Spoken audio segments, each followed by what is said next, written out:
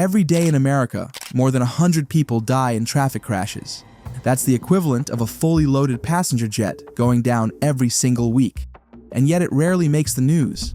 Americans drive some of the safest cars ever built, packed with airbags, crumple zones, and driver assist technology.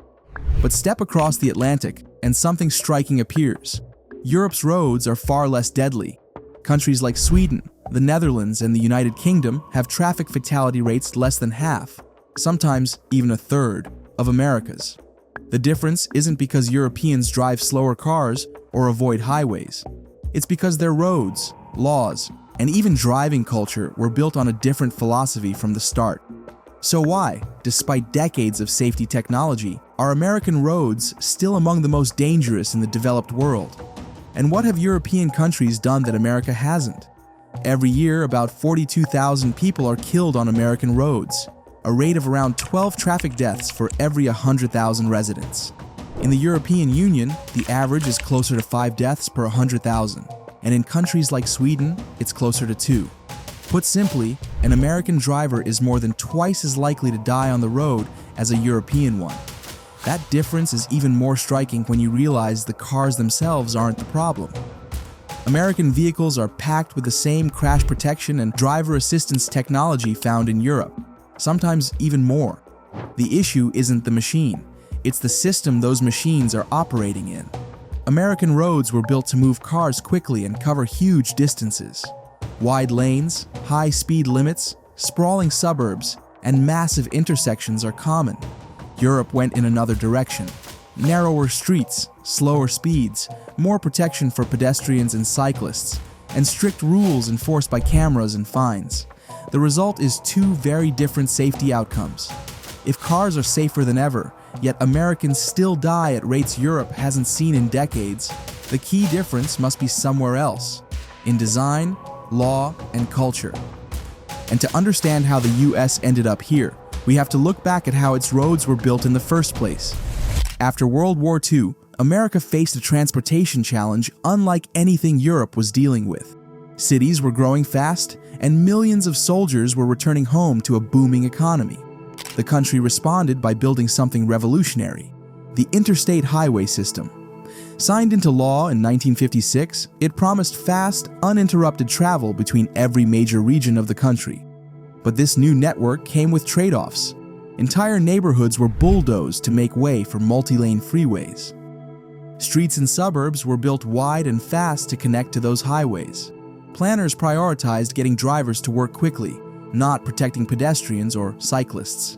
Parking lots became huge, distances between destinations grew, and cars became essential for almost every trip. Europe, meanwhile, was rebuilding cities that had been heavily bombed. Many governments chose to reinvest in public transit, compact city planning, and slower neighborhood streets. Narrow roads, roundabouts, and mixed-use developments discouraged speeding and made walking safer. Rather than design for maximum car speed, European engineers leaned toward forgiving streets, ones that slow drivers down and separate vulnerable users. This early fork in the road explains a lot about the safety gap we see today. America built for speed and distance. Europe was built for safety and coexistence. And those choices are still shaping crash statistics decades later. The gap between American and European road safety isn't just about culture. It's built into the streets themselves. American roads tend to be wide and forgiving for cars, but not for people. Extra wide lanes encourage higher speeds, and long straight sightlines make drivers feel comfortable going faster. In contrast, European streets are often deliberately narrow, with curb extensions, trees, and traffic-calming features that signal drivers to slow down. Intersections are another big difference. In the United States, large multi-lane junctions with protected left turns dominate. These are fast for cars, but create dozens of conflict points where crashes can happen. Europe relies heavily on roundabouts, which slow vehicles naturally and reduce deadly right-angle collisions. Urban planning matters too. American suburbs spread destinations far apart and surround buildings with parking lots, so driving fast feels normal and often necessary. European cities tend to be compact and built for walking or cycling. Slower local traffic and fewer long, wide arterials reduce the chance of high-speed crashes. Speed management is stricter in Europe. Many countries use automated cameras, variable speed limits, and traffic calming design to keep average speeds lower. In the US, limits are often higher. Enforcement relies heavily on police stops, and long, empty-looking roads invite drivers to push beyond posted speeds. Another key difference is how vulnerable users are treated. European cities invest heavily in separated bike lanes, pedestrian-only zones, and raised crossings. In the US, cyclists and walkers are often left sharing space with fast-moving traffic. When collisions happen at those speeds, the outcome is often fatal. These design choices don't just change how streets look, they shape how people drive. Europe's roads tell drivers to slow down. America's roads tell them to keep going. The design differences between America and Europe aren't just theory. They've played out in real-world safety records. In the Netherlands, the 1970s oil crisis sparked a rethink of transportation. Cities invested heavily in protected bike lanes, traffic-calming neighborhoods, and safer crossings. Today, Dutch children bike to school in huge numbers, and fatal crashes per capita are among the lowest in the world. Streets that once encouraged speeding are now designed to slow cars and protect the most vulnerable people. Sweden took a different but equally successful path. In 1997, it launched Vision Zero, a national plan built on the idea that no level of traffic death is acceptable. Engineers redesigned dangerous highways with median barriers, added more roundabouts, and lowered urban speed limits. Since then, Sweden has cut its traffic deaths by more than half, and its fatality rate is now among the lowest anywhere. France focused on enforcement. In the early 2000s, the country introduced a sweeping program of automatic speed cameras and strict drunk driving limits. At the same time, it invested in better pedestrian infrastructure in cities. The result was dramatic. Road deaths dropped by nearly 50% in a decade, despite rising traffic. Compare that to the United States, where many suburban roads remain wide and fast, and speed enforcement depends mostly on police rather than automated cameras. Pedestrian deaths in particular have surged, rising by more than 60% since 2009, even as car safety technology has improved. These examples show that fatal crashes aren't an inevitable price of driving. They're shaped by deliberate choices about design and policy, choices some countries made decades ago, while America stayed focused on speed and convenience. The numbers paint a clear picture. In recent years, America has recorded about 12 traffic deaths per 100,000 people. The European Union average is closer to 5. Sweden's is just 2.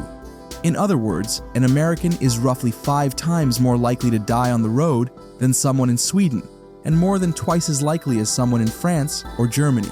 Speed is one of the biggest factors. Studies show that a pedestrian hit at 20 miles per hour has about a 90% chance of surviving. At 40 miles per hour, survival drops to about 20%. American arterial roads, often signed for 45 miles per hour, are common places for pedestrians to be struck. In Europe, more urban streets are limited to 30 kilometers per hour or 50 kilometers per hour, and traffic calming measures help keep drivers closer to those limits. Vehicle size also matters. America's love of large SUVs and pickup trucks has made collisions deadlier for people outside the vehicle. The higher front ends of these vehicles hit pedestrians in the torso or head rather than the legs, dramatically increasing fatality risk. In Europe, stricter fuel economy rules and narrower streets have kept average vehicles smaller and less aggressive toward vulnerable users. Enforcement plays a major role. European countries rely heavily on automated speed cameras and roadside checks for drunk driving.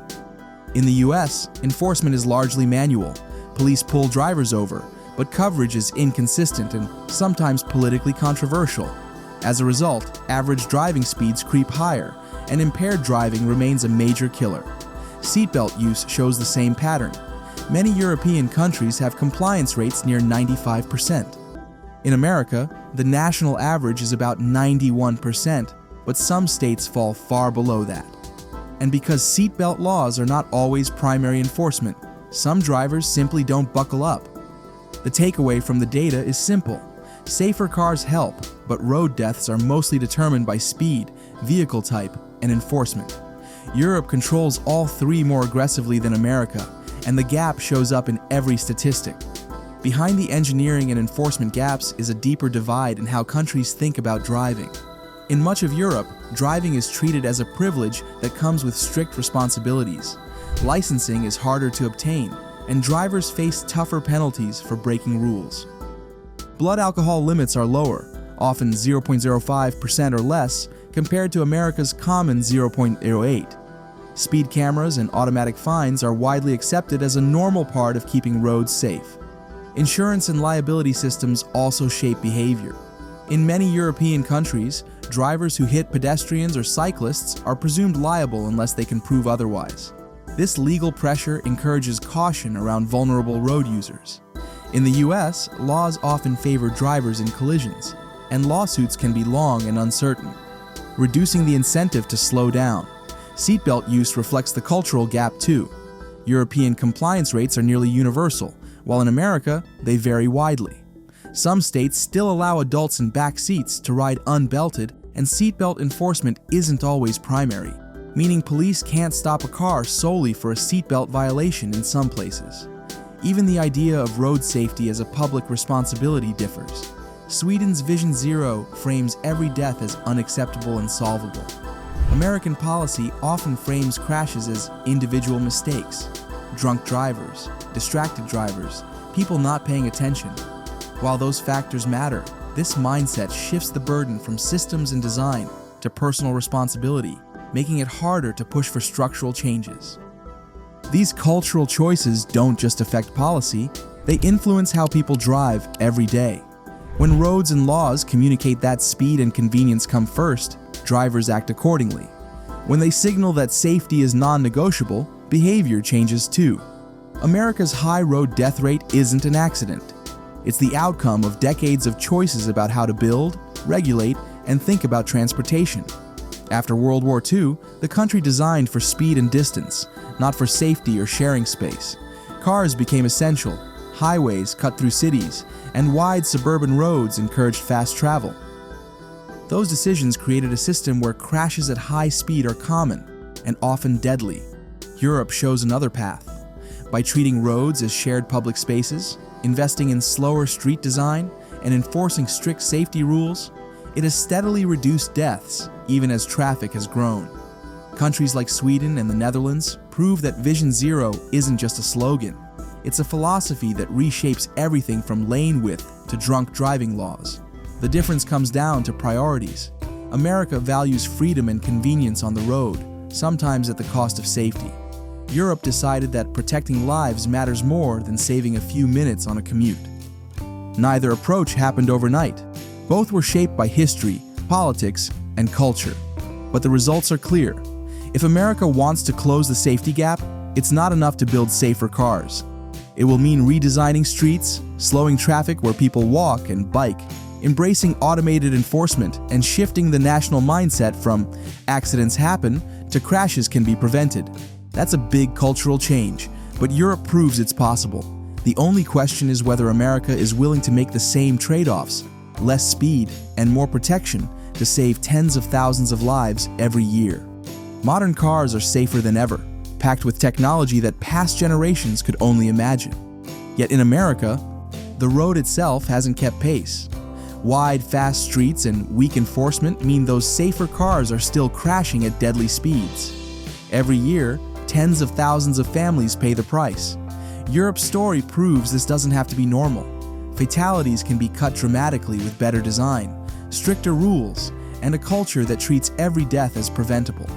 Narrower lanes, slower urban speeds, protected spaces for people on foot or on bikes. These aren't radical ideas. They're simple choices that save lives every day across the Atlantic. The American road system was built for freedom and speed. But freedom without safety comes with a cost. If we can engineer vehicles to survive crashes, we can also engineer streets to stop them from happening in the first place. The only question is whether America is willing to trade a little speed for a lot more life.